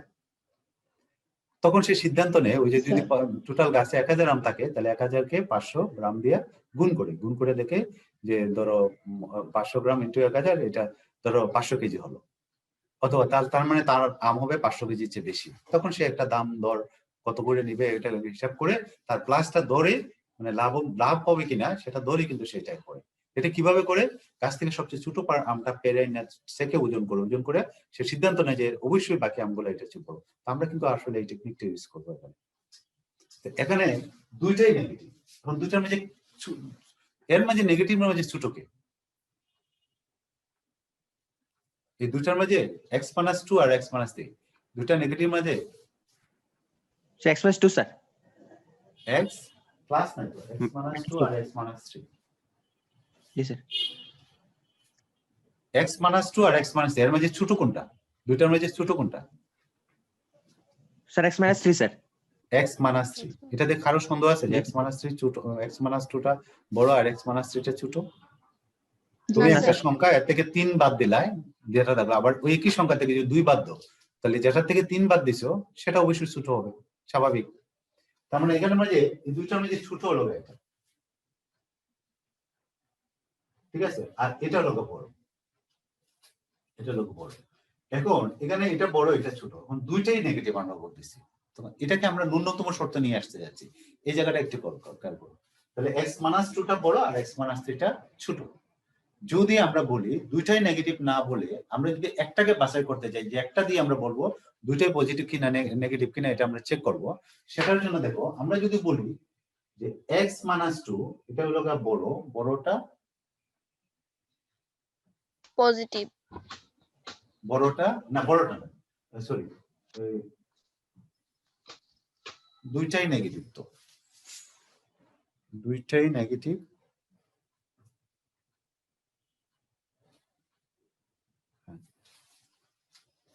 ঠিক আছে, অসুবিধা নেই, এটাও নেগেটিভ এটাও নেগেটিভ। তাহলে বড়টা যদি নেগেটিভ হয়, একটু খেয়াল করে এই জায়গাটা একটু আমাদের ব্রেনটাকে ধরাতে হবে, বড়টা যদি নেগেটিভ হয় তাহলে ছোটটা তো আরো ছোট হবে। জি স্যার, জি স্যার। দুইটা জিনিসের মাঝে বড়টাই যদি নেগেটিভ হয়, ধরো সে যে আম পারলো, সে যে ছোট আমটা নিয়ে আসলো, এটার ওজন হলো 500, এরপরে দেখলো গাছে আরো একটা ছোট আম আছে, সেটা নিয়ে আসলো, সে সেটাতে 500 গ্রামের চেয়ে কম হবে, এটা তো নিশ্চিত, ঠিক কিনা? তো এখানে ঠিক স্যার। বড়টাই যদি তোমার ওই লোক নেগেটিভ হয়, তাহলে এটা যে নেগেটিভ হবে তাতে তো কোনো সন্দেহ নাই। x মাইনাস 2টা যদি নেগেটিভ হয়, এটা হলো বড়, তো এটা যদি নেগেটিভ হয় তার চেয়ে ছোট যে সে তো আরো ছোট হবে। এই জিনিসটাকে আমাদের মাথায় ঢুকছে কিনা? জি স্যার। জি স্যার বুঝছি। না স্যার, না। গেছে কিনা সৃষ্টি? জি স্যার বুঝছি। বুঝছো? তো দুইটা উৎপাদকের মাঝে যদি দুইটাই নেগেটিভ হয়, তাহলে আমরা যদি বলি যে বড়টা নেগেটিভ, তাহলে ছোটটা অটোমেটিক্যালি আরো ছোট হবে। ক্লিয়ার আমার না? জি স্যার। ক্লিয়ার কিনা? দুইটা যদি নেগেটিভ হয়, তাহলে আমরা যদি বলি বড়টা নেগেটিভ, তাহলে ছোটটা নেগেটিভ হবে, আরো ছোট হবে, জি স্যার বুঝছি। ঠিক কিনা? তাহলে আমরা এই দুইটা শর্ত থেকে আমরা কিন্তু লিখতে পারি, এটা না লিখে আমরা যদি এটা লিখি তাহলে এটা এর ভিতরে চলে আসে। দেখো আমরা দুইটাই নেগেটিভ না বলে আমরা লিখলাম x মাইনাস 2টা নেগেটিভ, তাহলে এটা যে নেগেটিভ এটা বলার ব্যাপার লাগে না, কারণ বড়টা নেগেটিভ। তাহলে এই দুইটা থেকে আমরা একটা নিতে পারি, আর ঠিক একইভাবে এখান থেকে আমরা এই দুইটা থেকে একটা নিব, দুইটাই ধনাত্মক। এটা না বলে আমরা যদি বলি ছোটটা ধনাত্মক, তাহলে বড়টা তো আরো বড় হবে। দুইটার মাঝে যদি ছোটটা ধনাত্মক হয়, তাহলে বড়টা তো আরো বড় হবে। তাহলে আমরা বলছি ছোটটা ধনাত্মক। এখানে এই দুইটাকে না বলে আমরা দুইটাই ধনাত্মক না বলে আমরা বললাম ছোটটা ধনাত্মক। তাহলে এই লাইন থেকে আমরা কিন্তু এই লাইনে আসলাম। এই লাইনটা আমাদের বুঝতে কারো অসুবিধা আছে কিনা? দুইটাই নেগেটিভ না বলে আমরা বললাম বড়টা নেগেটিভ, বড়টা যদি নেগেটিভ হয় ছোটটা অটোমেটিক্যালি আরো ছোট হবে। আর দুইটাই ধনাত্মক না বলে আমরা বললাম ছোটটা ধনাত্মক, ছোটটা যদি ধনাত্মক হয় তাহলে বড়টা অটোমেটিক্যালি ধনাত্মক। এখানে আমি ছোট হলো এটা, তাহলে ছোটটা যদি ধনাত্মক হয় এটা এমনিতে ধনাত্মক হবে। দুইটা সংখ্যার মাঝে যদি ছোটটাই ধনাত্মক হয় তাহলে বড়টা তো অটোমেটিক ধনাত্মক হবে। তাহলে এই দুইটা শর্ত থেকে আমরা এটা আসলাম, এই দুইটা শর্ত থেকে এটা আসলাম। এই জায়গাটা আমাদের পরিষ্কার কিনা? তাহলে আমাদের কাজ শেষ কিনা? আচ্ছা, তোমরা এই লাইনটা একটু লিখো, খাতায় লিখো। আমি যে কাজটা করছি সেই কাজটা তোমরা সরাসরি ওই শব্দ দিয়ে লিখো। লিখো দুটি উৎপাদকের গুণফল ধনাত্মক হওয়ার ন্যূনতম শর্ত। লিখো দুটি উৎপাদকের গুণফল ধনাত্মক হওয়ার ন্যূনতম শর্ত।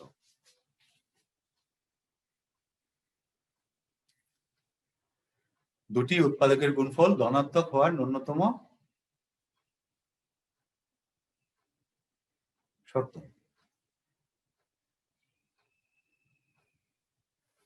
ঠিক আছে, আমরা এটাকে লিখবো, আগে লিখবো ধনাত্মকটা, তাহলে একটা লাইন কম হবে। আমি একটু লিখছো এটা, দুটি উৎপাদকের গুণফল ধনাত্মক হওয়ার ন্যূনতম শর্ত।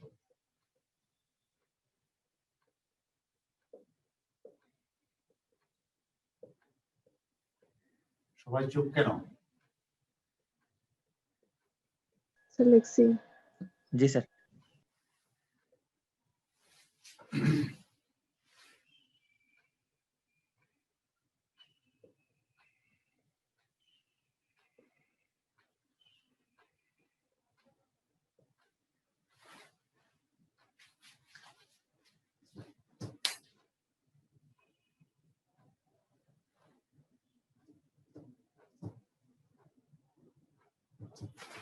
আচ্ছা না আগেটা একটু ঠিক ছিল তোমাদের। ও আচ্ছা, আরেকটা জিনিস একটু খেয়াল করো, এটা এটা আগে পরে লিখলে কোনো অসুবিধা নেই। আগে ধনাত্মক লিখবো না আগে ঋণাত্মক লিখবো এটা সমস্যা। আমি ভাবছি মনে মনে একটা লাইন কমবে না যে কোনোটা, কারণ অথবা দিয়ে যখন আমরা দুইটাকে সংযুক্ত করি তাহলে আমাদের আগেটাই ঠিক থাকে। ঠিক আছে, আমি এটা একটু x minus 2 less than 0 আর x minus 3 less than 0 অথবা x minus 2 greater than 0 x minus 2, এটা আগে পরে লিখে কোনো অসুবিধা নেই। আমি আগেটাই ঠিক আছে, আমি অন্য একটা চিন্তা থেকে আমরা এটা করছিলাম। এখান থেকে বলছিলাম আমরা যে দুইটাই ঋণাত্মক না বলে আমরা বলছিলাম কি বড়টা ঋণাত্মক, আর দুইটাই ধনাত্মক না বলে আমরা বলছিলাম কি ছোটটা ধনাত্মক। এই ছিল আমাদের। তাহলে আমরা কি লিখছিলাম? আমরা লিখছিলাম দুইটা উৎপাদকের গুণফল ধনাত্মক হওয়ার ন্যূনতম শর্ত আমরা লিখব বড়টা ঋণাত্মক আর ছোটটা ধনাত্মক। জি স্যার।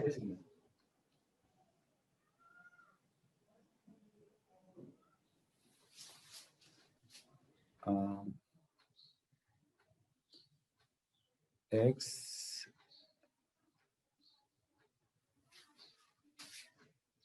আমরা তো তোমরা চিহ্ন পাল্টাই ফেলছি, তোমরা দেখে কথা বলতেছে না। না কেন? ঠিক আছে, এখানে ঠিক আছে।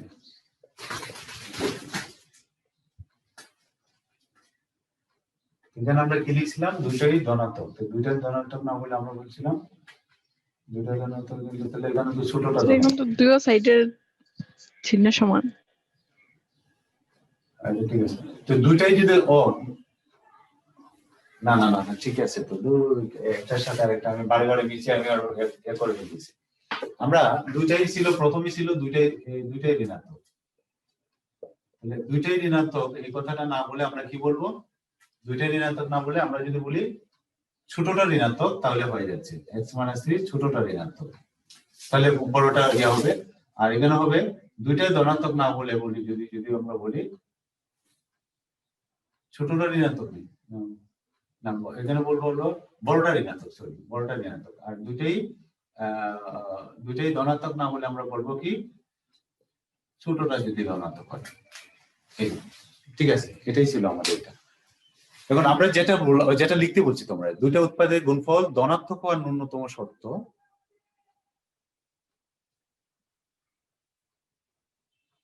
ধনাত্মক হওয়ার ন্যূনতম শর্ত লিখছো? এতটুকু লিখছো তোমরা সবাই? জি স্যার লিখছি। জি স্যার। আচ্ছা, ধর লিখবো দুটি উৎপাদকের গুণফল ধনাত্মকের ন্যূনতম শর্ত বড়টি ঋণাত্মক অথবা ছোটটি ধনাত্মক। এটা লিখো, বড়টি ঋণাত্মক অথবা ছোটটি ধনাত্মক। এটা হলো মূল কথা এতক্ষণ যা আমরা পড়লাম। দুটি উৎপাদকের গুণফল ধনাত্মক হওয়ার ন্যূনতম শর্ত বড়টি ঋণাত্মক অথবা ছোটটি ধনাত্মক। ঠিক আছে, এটা মাথায় রাখবা, তাহলে আর সব ইয়ে হলো। তাহলে এটা কি এটা বলো না? দুইটার মধ্যে এটা বলো না, বড়টি ঋণাত্মক অথবা ছোটটি ধনাত্মক। দেখো এই লাইন তুমি চাইলে এই শর্তটা লিখে, ওই যে আমরা যে কথাটা লিখলাম এটা যদি লিখতে চাও লিখতে পারো, অথবা এখানে লিখে দিতে পারো। দুটো গুণফল ধনাত্মক আর ন্যূনতম শর্ত বড়টি ঋণাত্মক ছোটটি ধনাত্মক, এই কথাটা লিখো, তুমি এই লাইনটা লিখতে পারো। ঠিক আছে, এখানে ওই যে কথাটা বললাম সেই কথাটা তুমি এখানে লিখে দিবা। এটা যদি না লিখো লিখে এটা লিখতে পারো। এখন এখানে দেখি আমরা তাহলে x less than or equal to 2 অথবা x greater than or equal to 3। এখানে একটু খেয়াল করো, আগে যে আমরা ওই যে অসমতাটা পাইছিলাম এখানে কিন্তু x এর মানটা 2 এর সমান অথবা 2 এর চেয়ে ছোট, এখন x এর মানটা 3 এর সমান অথবা 3 এর চেয়ে বড়। এই দুইটা কিন্তু আমরা একটা ইন্টারভ্যালে নিয়ে আসতে পারি না। আগে যেমন ছিল ওই যে -3 থেকে +3 অথবা এরকম একটা ইন্টারভ্যালের ভিতরে ছিল, এখানে কিন্তু এটা সম্ভব না। যখন গ্রেটার দেন আকারে থাকে তখন দুইটা দুই ইন্টারভ্যালে যাবে, আর যখন লেস দেন ফর্মে থাকবে অর্থাৎ অসমতাটা, তখন এটা একটা ইন্টারভ্যালের ভিতরে চলে আসবে। ঠিক আছে, তাহলে এখানে আমাদের অসমতাটা হলো এটা হলো আমাদের ডোম হবে কি, আমাদের ডোমেন f হবে all real number x belongs to r। তুমি এইভাবে লিখতে পারো x less than 2 অথবা x greater than or equal to 3। এটা হলো আমাদের ডোমেন। এটা যদি সংখ্যা রেখা আঁকতে চাই তাহলে আমরা এটা সংখ্যা রেখায় দেখাতে পারি। তোমরা আঁকছো, ধরো এটা 2 আর এটা হলো 3, তাহলে 2 এর সমান অথবা ছোট, তাহলে 2 বিন্দুটা বৃত্ত হয়ে এটা বাম দিকে আসবে, এটা হলো x less than or equal to 2। আর 3 এর সমান অথবা 3 এর চেয়ে বড়, একটু খেয়াল করো, এটা হলো x greater than or equal to 3। তার মানে একটা ইন্টারভ্যাল এদিকে যাচ্ছে আর এটা এদিকে। আর আগে যেটা ছিল সেটা হলো সংখ্যাটাকে যদি নিয়ে আসতাম মানে হইতো, একসাথে কানেক্টেড হইতো, এটা কিন্তু কানেক্টেড না, এটা হলো তার ডোমেইন। এটা কি বুঝছি আমরা? বলো তো। জি স্যার। আচ্ছা, এখন একটু খেয়াল করো, x এর মান কিন্তু জি স্যার। আমরা ডোমেইনে কিন্তু দেখো 2 এর চেয়ে বড় এবং 3 এর চেয়ে ছোট এই মানগুলো নেওয়া যাবে না, এটা হলো ডোমেইনে নাই। ডোমেইনের লগে 2 এর চেয়ে ছোট নিতে পারবা, 3 এর চেয়ে বড় নিতে পারবা, কিন্তু 2 এবং 3 এর ভিতরে যে মানগুলো এটা ডোমেইনে নাই। তাহলে এটা যদি না নেই, তাহলে এখানে যদি আমরা মানগুলো বসাই, ধর আমরা কিন্তু 2 বসাতে পারবো, 3 বসাতে পারবো। যদি 2 বসাই তাহলে এটা মান হবে 0, 3 যদি বসাই তাহলে মান হবে 0। খেয়াল করো, 2 অথবা 3 যেটাই বসে না কেন, কারণ 2 তো আমার ইয়াতে আছে, ডোমেইনে আছে, আর 2 এবং 3 এর মাঝখানে যেটা বসালে এই মানটা নেগেটিভ আসবে, তার মানে এটা বাস্তব সংখ্যা থাকবে না। আচ্ছা, তাহলে এর মিনিমাম মান হবে 0। 2 অথবা 3 যদি বসাই তাহলে এই y এর মানটা হবে মিনিমাম 0। এছাড়া যদি আমি অন্য মান বসাই, 3 এর চেয়ে বড় বসাই, 4 5 6 7, বা এদিকে আমি যদি ওইগুলো বসাই, এটার মানটা বাড়তেই থাকবে। এখানে যদি বসাই যদি আমরা এটা মানটা বের করে দেখবা, এখানে বসালে 3 বসালে তো ছিল, 4 বসালাম, 5 বসালাম, তাহলে y এর যে মানটা একটা মান আসবে, মানটা বাড়বে, বা 6 বসালা, 7 বসালা, y এর মানটা বাড়তে থাকবে। তার মানে y এর মিনিমাম মান হবে 0 আর ম্যাক্সিমাম মান এটা শেষ না, এটা ওই x এর মানে বাড়ার সাথে সাথে এটা দিয়ে থাকতে, এটাও বাড়তে থাকবে, y এর মানটা বাড়তে থাকবে। তাহলে y এর মিনিমাম মান হলো 0 আর ম্যাক্সিমাম মান হলো ম্যাক্সিমাম কত বলো তো, ম্যাক্সিমাম মান কত? অসীম স্যার, অসীম। তাহলে আমরা এটা লিখবো যে Infinitive. এখানে আমরা যখন লিখবো যে x belongs to domain এর জন্য আমরা এখানে যেটা লিখবো যে x belongs to dom f এর জন্য y এর সর্বনিম্ন মান 0 এবং সর্বোচ্চ মান অসীম। এই ক্ষেত্রে আমরা রেঞ্জ কি হবে, আমরা কি লিখবো, রেঞ্জ f ইকুয়াল টু লিখবো 0 থেকে অসীম পর্যন্ত। ঠিক আছে, এটাকে আমরা এইভাবে লিখতে পারি, x belongs to r such that x greater than 0, x না আমরা y লিখি, যেহেতু এটা y লিখি, y greater than or equal to 0, এটা লিখতে হবে। অথবা এটাকে এভাবে লেখা হয়, এটা তো এটাকে শুধুমাত্র r প্লাস দিয়ে লেখা যায়, মানে অনেক সময় অনেক বই দেখবা এভাবে লিখছে, অথবা r প্লাস দিলেও এটা বোঝায় যে এটা হলো 0 থেকে প্লাসের দিকে সব মান, এটা মানে 0 এর চেয়ে বড় মানে কি, এটা শেষ নাই, তাহলে এটা হলো তার রেঞ্জ। এটাকে বুঝতে পারছি আমরা? জি স্যার। জি স্যার। এখন কি পারবো ভগ্নাংশ আকারে থাকলে, অথবা এরকম যদি বর্গমূলের ভিতরে দেওয়া থাকে, তাহলে এটাকে আমরা পারবো করতে? জি স্যার, পারবো স্যার। এখন আমরা স্যার, যেটা নিচের করব, লাইনটা দেখতাম। আমরা ওই যে 5 নাম্বার যে প্রবলেমগুলো আছে না, 5 নাম্বার এক্সারসাইজ ডোমেইন রেঞ্জ বের করা, জি স্যার। এই প্রবলেমগুলো চেষ্টা করবা। দুই একটা প্রবলেম নিচের দিকে নাও পারতে পারো, লগ বা ইয়া যদি দেওয়া থাকে, এগুলো দেখলেও তো পারবা। লগ টগেরও এরকম সংজ্ঞা আছে, লগ তো পড়ে আসছো তোমরা এটা করার চেষ্টা করবা। আমি 5 নাম্বার প্রবলেমটাই দিলাম, ঠিক আছে? জাস্ট 5 নাম্বার প্রবলেমটা তোমরা আচ্ছা। করে রাখো, ঠিক আছে? তাহলে আজকে আমরা এখানে রেখে দেই, কারো কোনো প্রশ্ন না থাকলে। জি স্যার। ঠিক আছে, সবাই জি, ভালো স্যার। থাকো। আসসালামু আলাইকুম স্যার। আসসালামু আলাইকুম স্যার। আদাব স্যার। আসসালামু আলাইকুম স্যার।